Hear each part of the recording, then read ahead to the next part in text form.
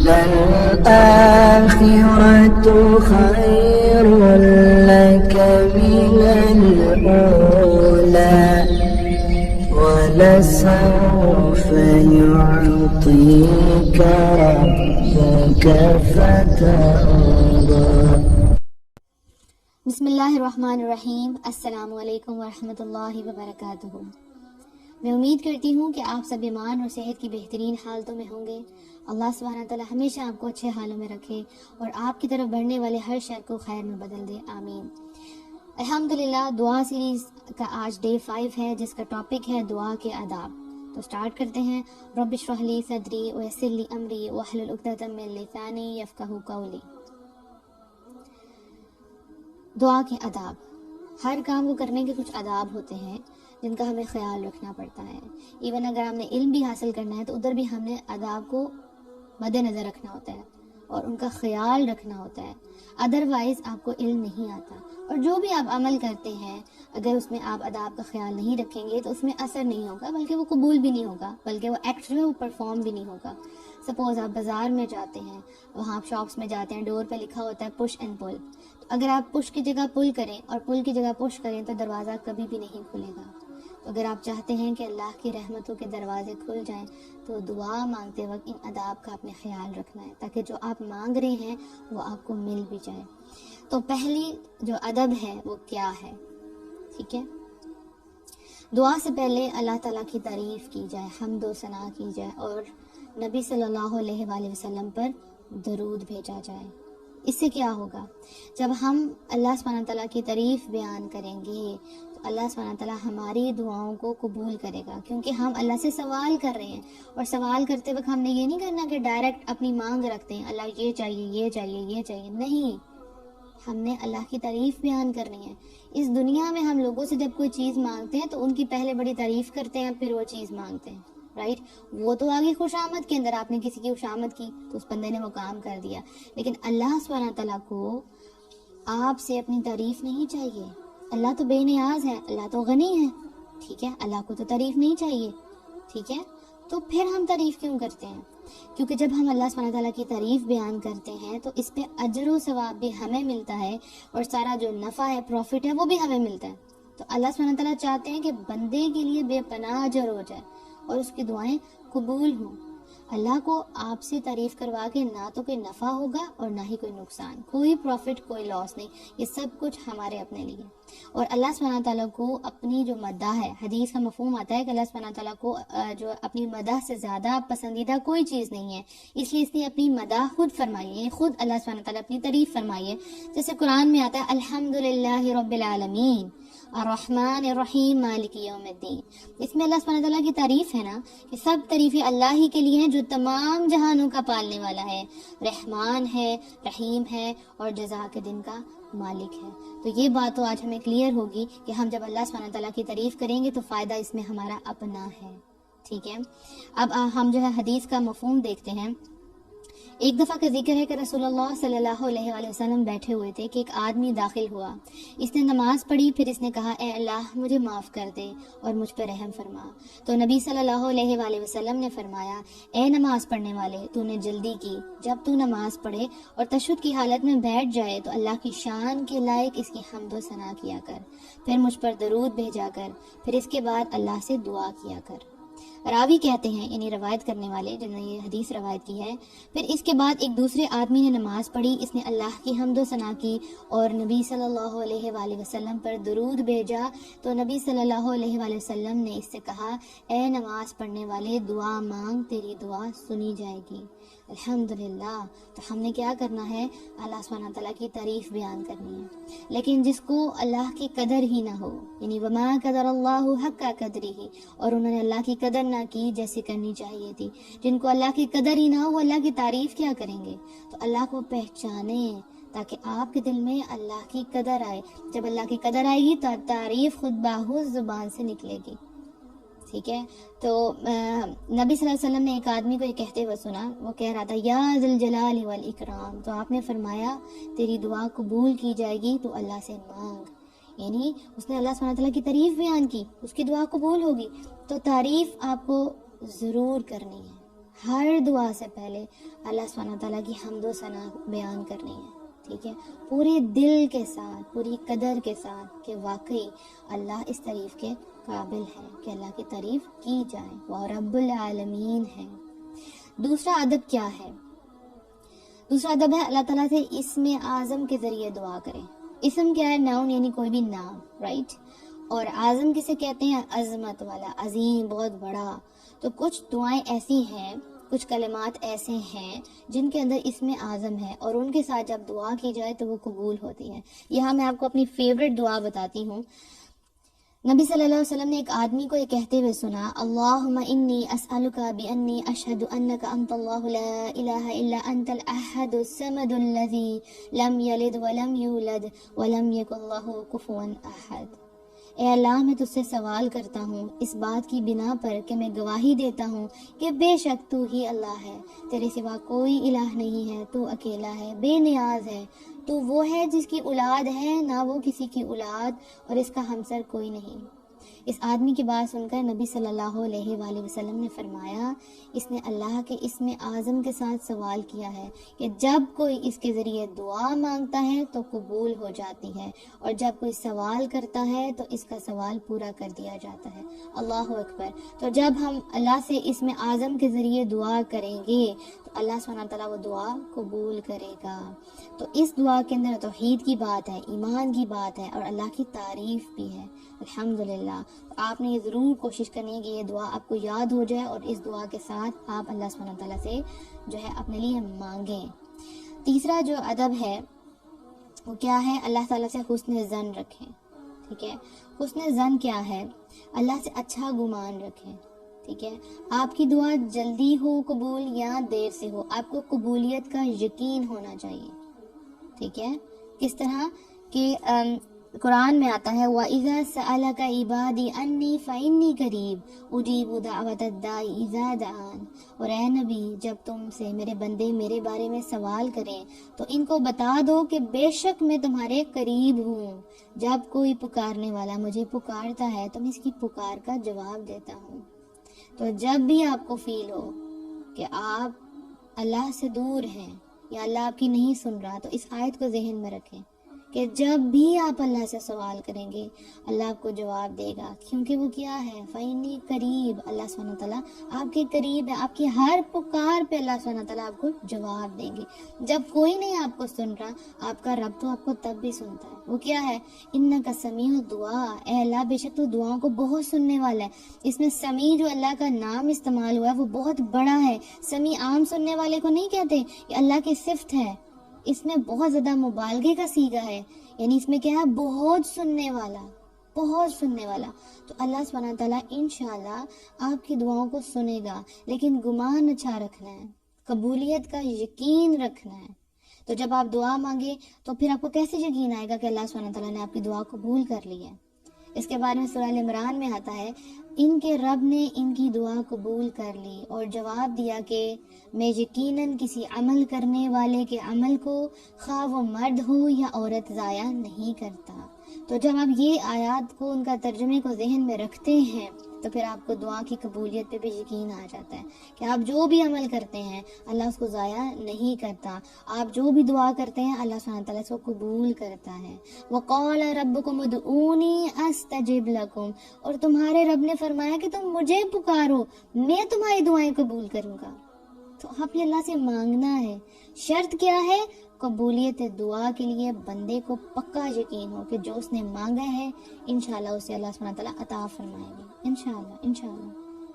تو ہمیشہ ذہن میں رکھنا ہے کہ اللہ سبحانہ تعالیٰ آپ کے قریب ہے۔ کس طرح؟ اپنے علم، احاطے اور اپنی نگہداشت کی بنیاد پر، ٹھیک ہے۔ تو نبی صلی اللہ علیہ وسلم نے ہمیں حکم دیا ہے کہ ہم قبولیت دعا کا جو معاملہ ہے وہ اللہ کے سپورٹ کر دیں، یعنی اللہ کو سونپ دیں، ٹھیک ہے، اور اپنی امیدوں کے بر آنے کا یقین رکھیں کہ جو آپ نے امید رکھی ہے انشاءاللہ وہ پوری ہوگی، ٹھیک ہے۔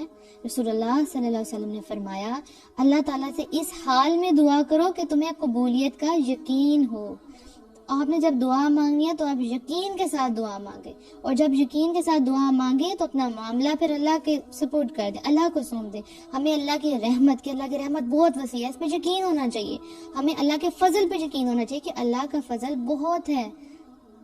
تو جب آپ دعا مانگے تو سچی امید اور خلوص کے ساتھ دعا مانگے۔ دعا کے قبول ہونے کی سچی امید ہونی چاہیے، ٹھیک ہے؟ اگر آپ کو امید ہی نہیں ہے تو اس دعا میں خلوص نہیں ہو سکتا، اس میں پیورٹی کبھی بھی نہیں آئے گی۔ آپ جب دعا مانگ رہے ہوں گے، آپ کو یقین نہیں ہے تو آپ بالکل دل سے وہ دعا نہیں مانگ رہے ہوں گے۔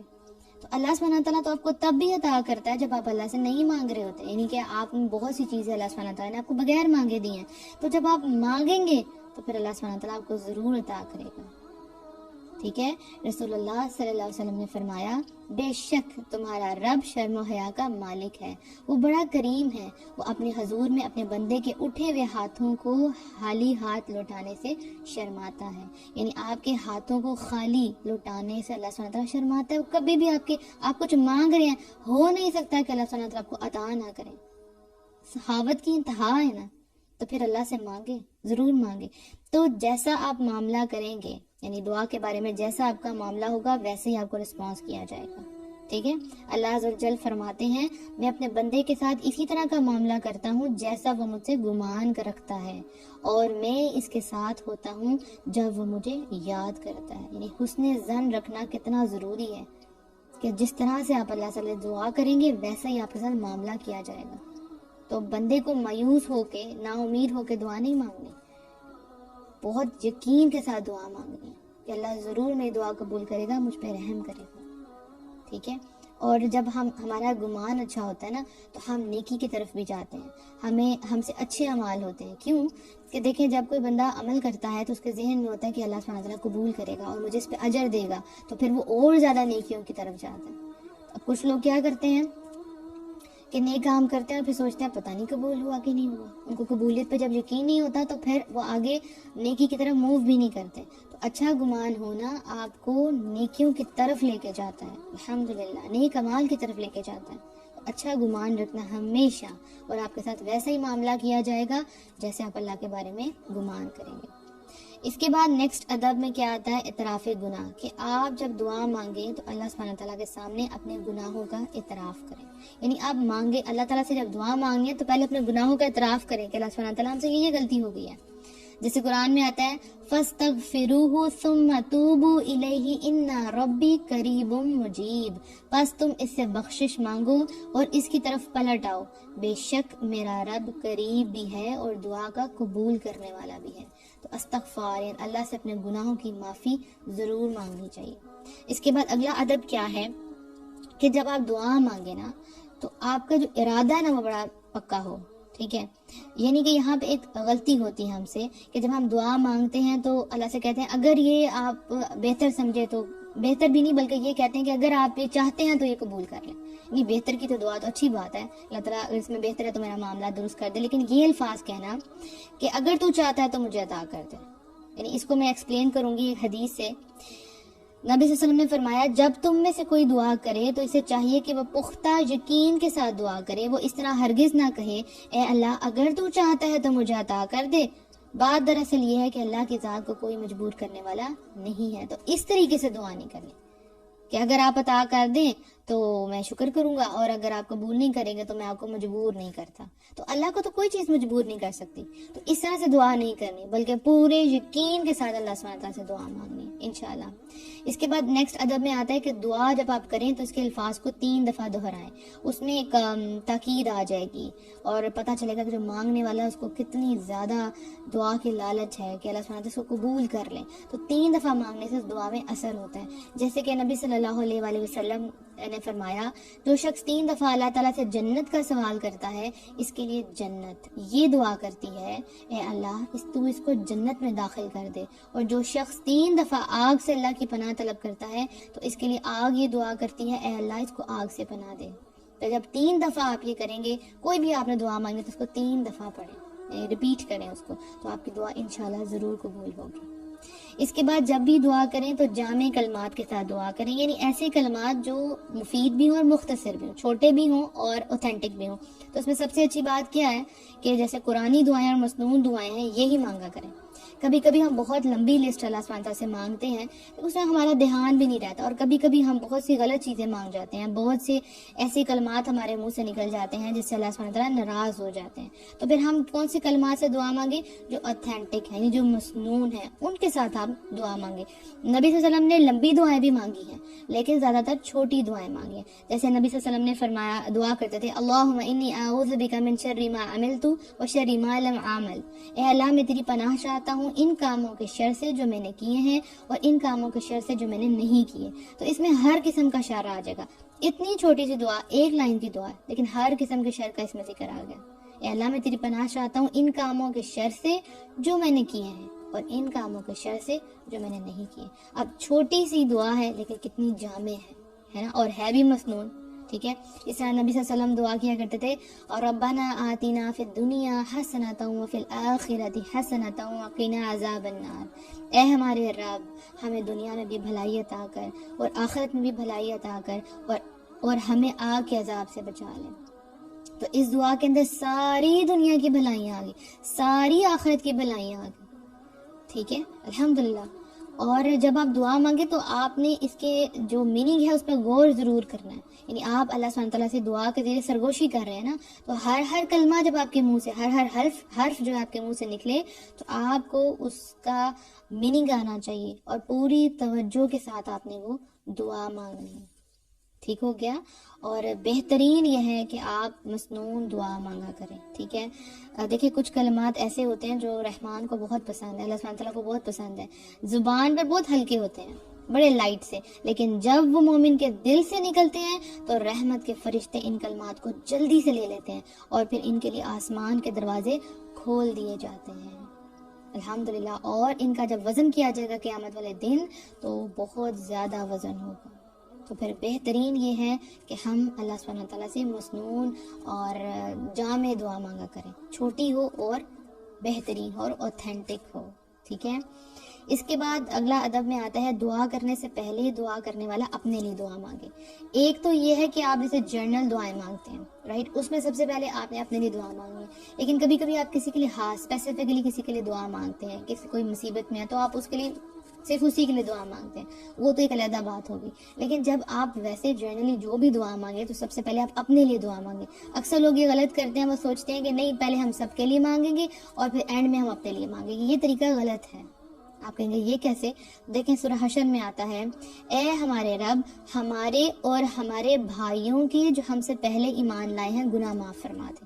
تو سب سے پہلے ذکر ہوا اے ہمارے رب ہمارے، اور بعد میں آیا ہمارے بھائیوں کے۔ سب سے پہلے دعا کس کے لیے ہوگی؟ اپنے لیے ہوگی۔ اسی طرح حضرت موسیٰ علیہ السلام کی دعا آپ کے سامنے ہے، اے میرے رب تو مجھے اور میرے بھائی کو معاف فرما اور ہمیں اپنی رحمت میں داخل فرما۔ تو سب سے پہلے اپنے لیے دعا مانگی، بعد میں اپنے بھائی کے لیے دعا مانگی۔ جس طرح حضرت ابراہیم علیہ السلام کی دعا ہے، ربنا اغفر لی ولوالدی وللمؤمنین یوم یقوم الحساب، اے ہمارے رب میری، میرے والدین اور سب مومنوں کی اس دن مغفرت کر دینا جس دن حساب ہوگا۔ تو سب سے پہلے کس کے لیے دعا مانگی؟ اپنے لیے، اور پھر والدین کے لیے، رائٹ۔ تو طریقہ یہی ہونا چاہیے کہ سب سے پہلے اپنے لیے دعا مانگے، اس کے بعد سب کے لیے دعا مانگے۔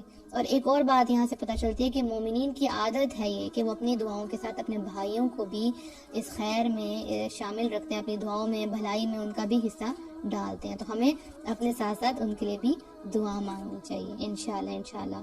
اور اس کے علاوہ امپورٹنٹ جو ادب ہے وہ کیا ہے کہ دعائیں جو ہے مستحب اوقات میں مانگا کریں، یعنی وہ اوقات جن میں دعائیں قبول ہوتی ہیں اس میں دعائیں ضرور مانگا کریں۔